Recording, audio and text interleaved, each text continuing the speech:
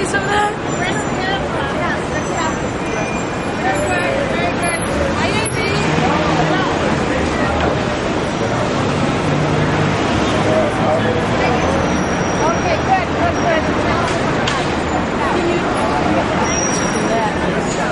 Hi, my name is John Sheehan. I have a YouTube channel called DogStar7. Okay, great. Hi. Okay, so this will go on YouTube, right? Yes, this will go on YouTube. Because we also, we're joining with the union with their fight, but our fight is, that they want to tear down our field house. All right. And then we got $350,000. Well, we got $1.4 million from our TIF funds, and they want to use $350,000 of that to knock down our field house. You want to start from the top, and I could get your name, and we can put this up? Sure, let me get all right. Great. I would like to get the whole thing. Yeah, you can. Great. It's on your It's over there. Never mind. Oh, wonderful. Yeah, anybody that speaks from the top, and I like to get the whole story, and talk to whoever whoever wants to go on YouTube to get the story out. Okay. This is. We're going to start walking around in a pink light. Where are we walking? She's going to put it on YouTube. Hi. Oh, okay. Yeah. Now, my name is John Sheehan. I have a YouTube channel called DogStar7. Okay, John. All right. Could you tell me, start from the top, tell me who you are and who you're affiliated with and what we're doing here? Well, good morning. Thank you for joining us this morning. My name is Rose Escobar. I am a long life resident of Pilsen and a Whittier graduate. We are gathered here today to remind CPS of its commitments to not demolish our field house. Last spring, we met with CPS officials. They gave us their word that they will not demolish the field house and let the community decide the future of what has become of a community center for our community. Mm-hmm. We know that CPS is going back on their word and plan to demolish the field house. We are here to put a halt to their plans and demand that CPS keeps their word to follow the community wishes.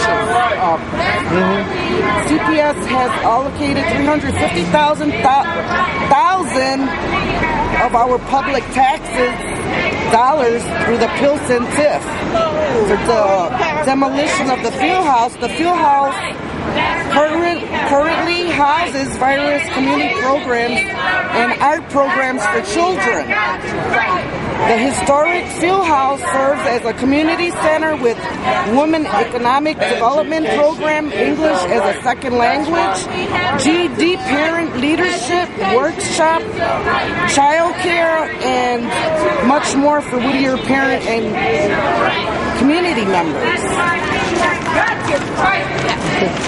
Well, and you were in negotiation. Well, before that, we were able, through petitions, coming to the board, having press conferences, we were able to get $1.4 million of our TIF funds. And what we've been fighting for is an expansion. We've been fighting for an expansion because the neighborhood school De La Cruz was closed by CPS, so now we have 7th and 8th graders in that class, which took up a lot of space in the room. And that class, the school to this day doesn't have a library. It's still not fully ADA compliant. So what we were able to get with that $1.4 million was make partial ADA compliance. The children now will have a science lab, computer lab. But they also want to use $350,000 of that money to demolish our field house. Now these are children who would be preparing for high school exams. And they don't have a full library. They don't have a library. We're telling our kids, look, prepare for all these high stakes standards tests, but they don't even have a library. They don't have somewhere to prepare from high school for research, and not only for the test, but to become critical thinkers. So they don't have the resources provided to them by CPS. So as a community, we came up with a solution. We said, look, we can convert the field house into a temporary library. Don't use this $350,000 to demolish it. Use it to make it work for the community. So there's going to be about 300 to 400 people affected right now if they demolish this field house. And we got this money for CPS to say, work with us, don't demolish our field house, remodel it. Are there plans on anything after the demolition? We're planning that there won't be a demolition. We're fighting this till the end. Well, what I mean is, do you know that CPS they want to make it. They want to make it into green space, and we're saying right now we don't need green space. Let's get our priorities straight. Of course, we would like green space, a soccer field, but the priority is getting academic success. And if the children don't have the tools and resources for that, like a library, I mean, we need to get. We have our priorities straight. We're telling CPS to get their priorities straight. And what you're telling me is what was proposed for this field house once it's demolished is green space. Grass. Yes. And this is not what we need in this community. No. We have parks, we have this. What we want is the library. I mean, that's what do we need? We need a library for this area. Instead of us going all the way to 18th and Blue Island Library, or they have one on Cermak in California, we need one in the community there at Whittier School. And I fought for it a couple of years ago, and we just didn't get it. And so Whittier School got these 7th and 8th graders. Yes, from De La Cruz. From De La Cruz. Yes. And as we said, these are children who would be preparing for high school exams. Yes. And the other thing that really upsets us is today at the board meeting, the parents have been asking for an expansion for 7 years, and the CPS always says there isn't money, and today they're going to approve an expansion for Mount Greenwood School, which is way on the south. So when we look at the demographics, 80% of those students are white, there's no English language learners, and only 30% are low income. So what are you telling us? These children are more deserving than our children, when our children have been fighting for the past 7 years? And your name again, I'm sorry? Hema Gaibe. Okay, and it's okay with you that I put this on YouTube? No problem. Okay, thank you so very much. Okay, My name is John Sheehan, and you can find me on DogStar7. Okay, do you have a card or something? I'll give you just one moment. All right. Start just by identifying yourself, where you're from, and you know. My name is Neil Suley. I'm a teacher at Kelly High School. I'm also a parent of a child who's in 8th grade now. At Kelly, we're very concerned because we're losing staff people there. I'm especially concerned about security issues there when we lose people. But also as a parent, we had to pull my son out of CPS schools. You know, I know Mayor Daley went off a few years ago on Chicago public school teachers who don't even put their kids in Chicago public schools. Well, my wife and I did. Up and through about 7th grade, in the middle of 7th grade, we had to pull him out because the conditions in that Chicago public school had deteriorated to such a point we had to pull my son out. We tried to get him in other Chicago public schools. There were no viable options that would accept him. And so now he's in a Catholic school where he's thriving.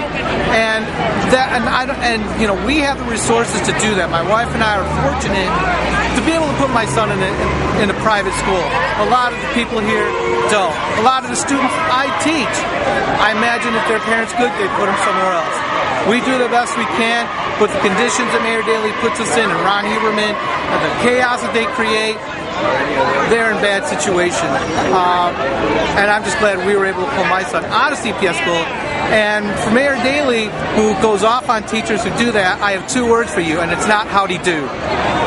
Well, let's talk about that for just one moment. Sure. You're a parent of a junior high, now. 8th grade, yeah. And he's preparing for high school exams, right. getting into placements, and now we're considering Catholic high schools because we don't know what public high school will be viable. Even the school I work at, if we're losing staff and positions, that's not going to be a safe place to put my kid in. And well, how do you see the students? Are they prepared when they get to the level that you're teaching at? I have to say that when we get students in, I teach freshmen and sophomores. I suppose they're not, most of them really are not ready for high school work.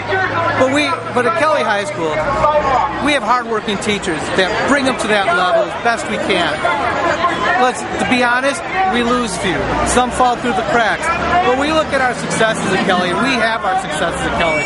the principal there is a great principal who gives the teachers leeway to do their jobs and do it well. And every year we send kids off to college. Every year kids thrive at Kelly. If we're going to lose staff, if we're going to lose positions, I don't know how much longer we can do that. I think we're teetering on the edge. And CPS is constantly threatening our school, threatening our principal, and it's hard to work under those conditions. Well, I mean, that's kind of the juxtaposition. As a parent who's preparing a child to go into high school, right, and as a high school teacher, right.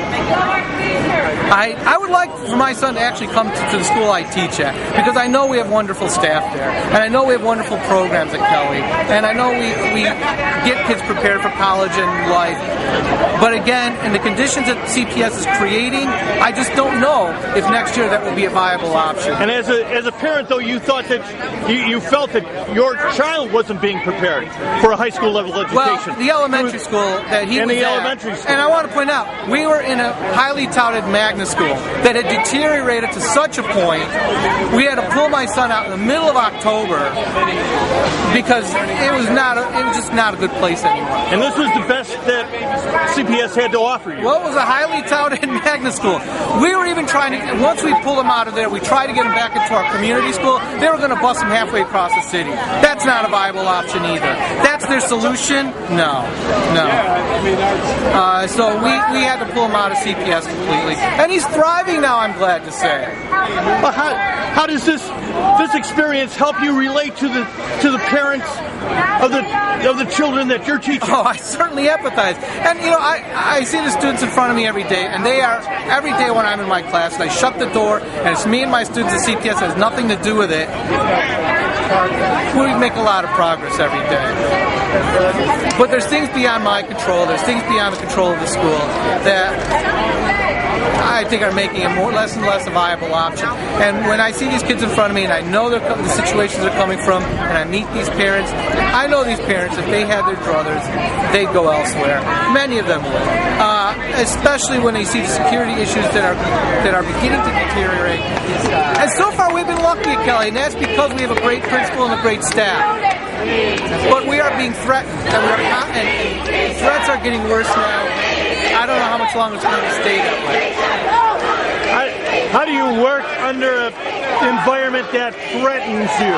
Well, on a daily basis, I shut the door in the classroom. It's me and my students. CPS does not matter.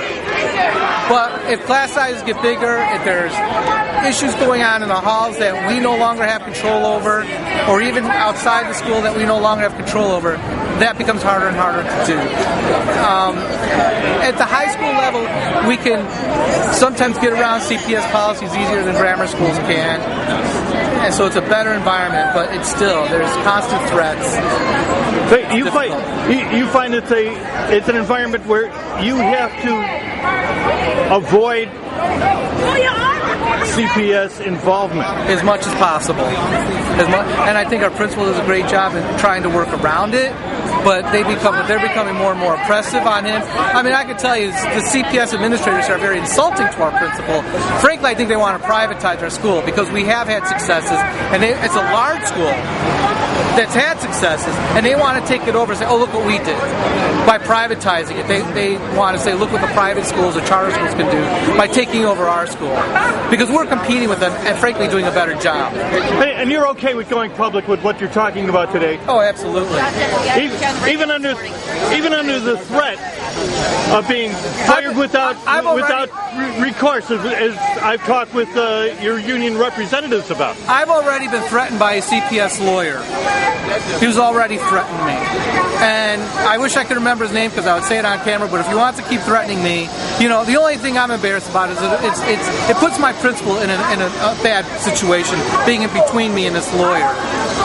But, I've already been threatened by CPS. And they're going to keep threatening me anyways. So they might as well see me. I'm Neil Sui. Yeah, I'm the guy who spoke in front of Ron Huberman and Michael Scott last summer. You guys remember me. I was pointing the finger at Michael Scott. That's me. Yeah, I'm still angry. Thank you. Thank you.